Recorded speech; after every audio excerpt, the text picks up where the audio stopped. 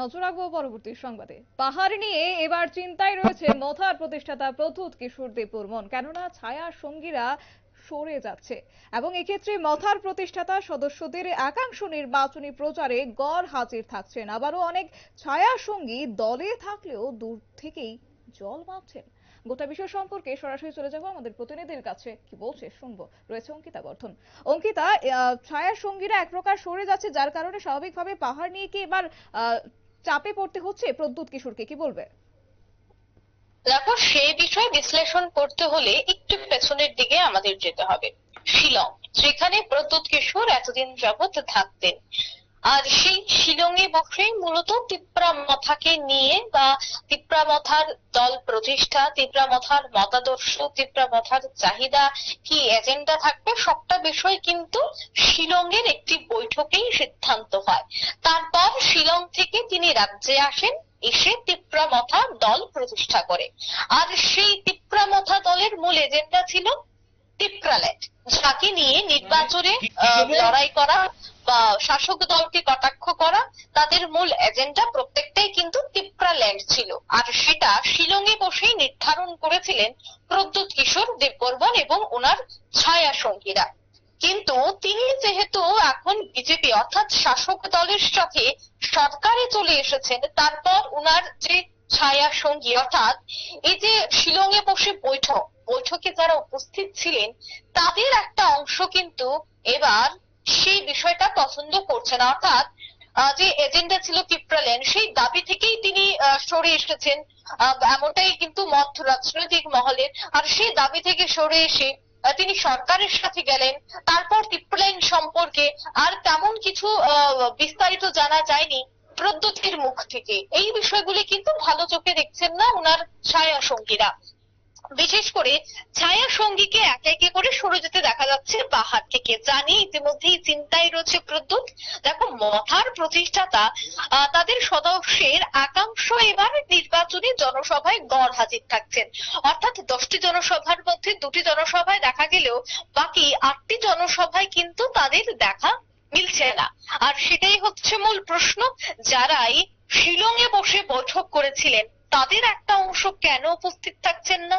আমরা সূত্র মারফত খবর পাচ্ছি তাদের মধ্যে একটা অংশে ক্ষোভ বিরাজ করছে। সেই ক্ষোভটা হচ্ছে যে মূল যে এজেন্ডা ছিল তিপ্রা মথা, সেই তিপ্রা মথা নিয়ে এখনো প্রদ্যুৎ কিশোর দেববর্মা কিছুই বলছেন না, কোন ধরনের মুখ খুলছেন না।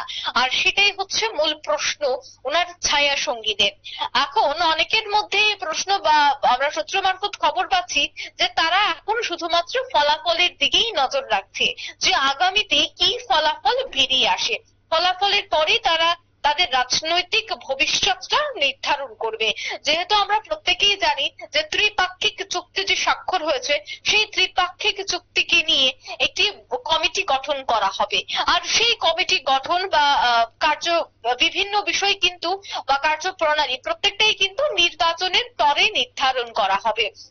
তাই ওনার ছায়া সঙ্গীরা ইতিমধ্যে ফলাফলের দিকে নজর রাখতে, যেহেতু পাহাড়ে প্রদ্যুৎ কিশোর দেববর্মার বোন কৃতি সিং দেববর্মা লড়াই করছেন, সেক্ষেত্রে উনি জয়ী হয় কিনা, যেহেতু সেখানে উপজাতি একটা মূল ফ্যাক্টর থাকছে, সেক্ষেত্রে তিনি সেখানে জয়ী হয় কিনা। তারপর কিন্তু ওনার যে ছায়া সঙ্গীরা রয়েছেন তারা তাদের রাজনৈতিক ভবিষ্যৎটা নির্ধারণ করবে, যে আগামীতে তারা কোন দলে থাকবে। বা নির্বাচনের পর যে কমিটি গঠন করা হবে, সেই কমিটিতে আদতে তিপ্রাল্যান্ড কতটা প্রাধান্য পায়, উপজাতিদের যে চাওয়া পাওয়া তা কতটা প্রাধান্য পায়, নাকি সরকারে গিয়ে বিজেপির সমস্ত কথায় উঠা বসা, এই সমস্ত বিষয়গুলি কিন্তু একেবারে ভালো সবকিছু বিষয় কিন্তু দেখছে ওনার ছায়া সঙ্গীরা। একেবারে দূর থেকে জল মাপতে চেষ্টা করছে ওনার একেবারে কাছের যারা রয়েছেন, ওনার যে অনুরাগীরা রয়েছেন তারা। তার কিন্তু পরিসংখ্যান বারবার উঠে আসছে বিভিন্ন জনসভা। আগে প্রদ্যুতের সাথে ওনার ছায়া সঙ্গী যাদেরকেই দেখা যেত, এখন কিন্তু সে সমস্ত জনসভা বলো বা জনসমাবেশ বলো, সেখানে কিন্তু সেই ছায়া সঙ্গীদের সংখ্যাটা অনেকটাই কমে গেছে। এছাড়াও মথার একজন বিধায়ক তিনি কিছুদিন আগেও উষ্মা প্রকাশ করেছিলেন মথা এবং বিজেপি একসাথে জোটে যাওয়া অর্থাৎ মথার সরকারে যোগ দেওয়ার বিষয়টাকে নিয়ে। তিপ্রা মথার একজন বিধায়ক, আমি নাম বলবো না, উনি কিন্তু উষ্মা প্রকাশ করেছিলেন।